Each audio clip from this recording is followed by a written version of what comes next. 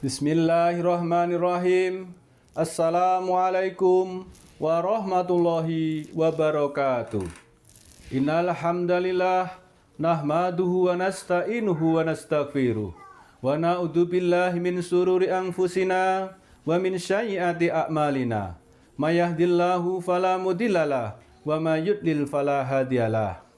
Asyhadu an la ilaha illallah wa asyhadu anna Muhammadan abduhu wa rasuluh la nabiyya wa la rasula ba'da. Ya ayyuhalladzina amanu taqullaha wa qulu qawlan sadida yuslih lakum a'malakum wa yaghfir lakum dunubakum wa may yuti'illaha wa rasulahu faqad faza fawzan adzima. Yang terhormat Dewan Juri Lomba Dakwah Al-Quran yang dirahmati Allah yang arif dan bijaksana, serta Bapak Ibu ASN yang insya Allah dimuliakan oleh Allah Subhanahu wa Ta'ala.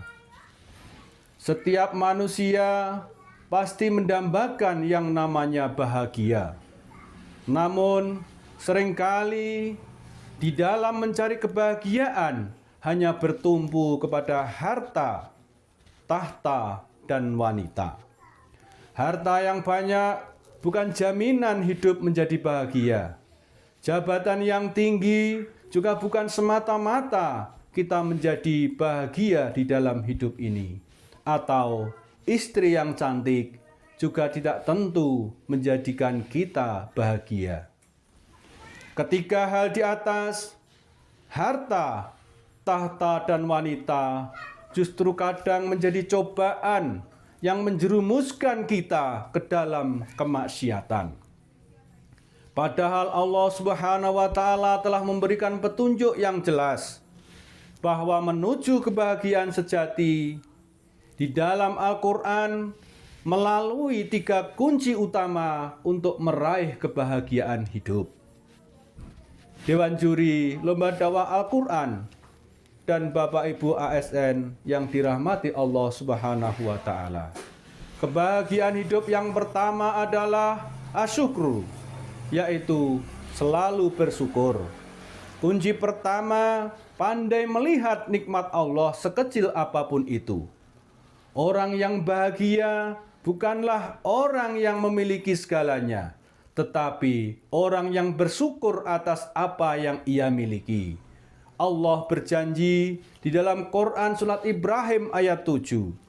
A'udzu billahi minasyaitonir rajim. Bismillahirrahmanirrahim.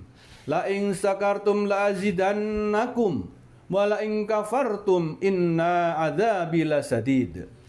Artinya, sesungguhnya jika kamu bersyukur, niscaya aku akan menambah nikmat kepadamu.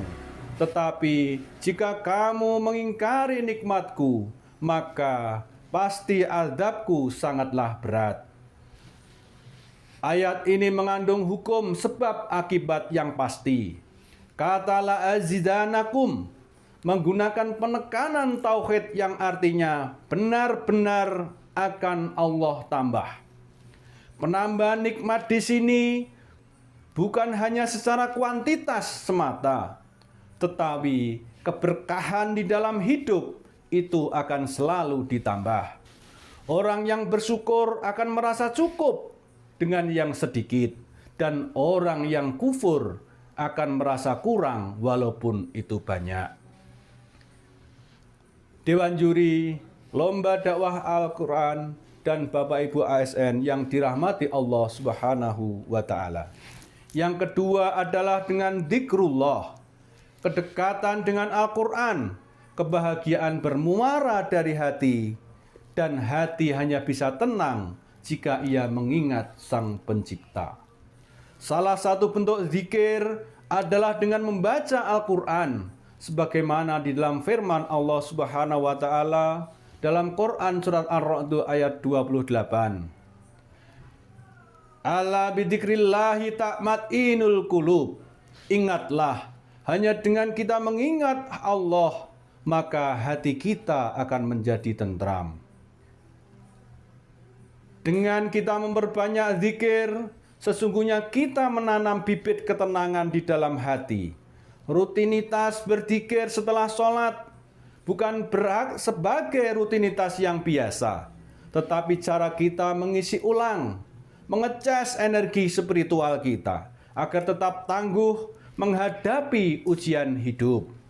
Hati yang akrab dengan dzikrullah tidak akan mudah goyah oleh badai kemaksiatan dunia. Dewan Juri Lomba Dakwah Al-Quran dan Bapak Ibu ASN yang dirahmati Allah Subhanahu wa Ta'ala. Kemudian yang ketiga adalah al-ihsan, yaitu berbuat baik kepada sesama. Kunci ketiga adalah menebar manfaat. Kebahagiaan akan kembali kepada kita saat kita membahagiakan orang lain.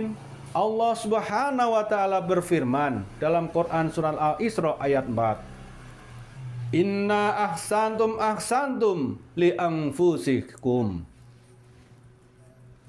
Artinya, jika kamu berbuat baik, berarti kamu berbuat baik untuk dirimu sendiri.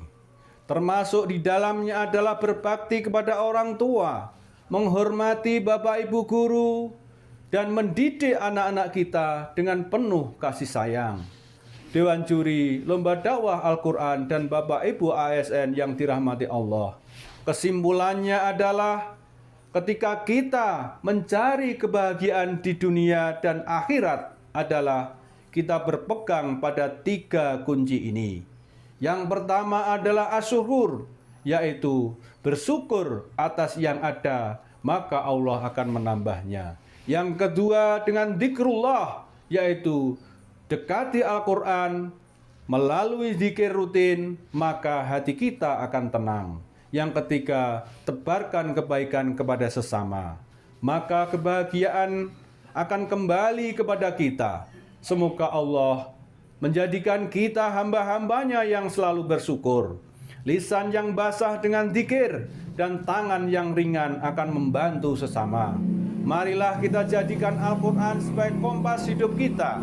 Jika kita mampu bersyukur, rajin berzikir, membaca Al-Quran, dan gemar berbuat baik, maka kebahagiaan dunia dan akhirat insya Allah akan kita genggam.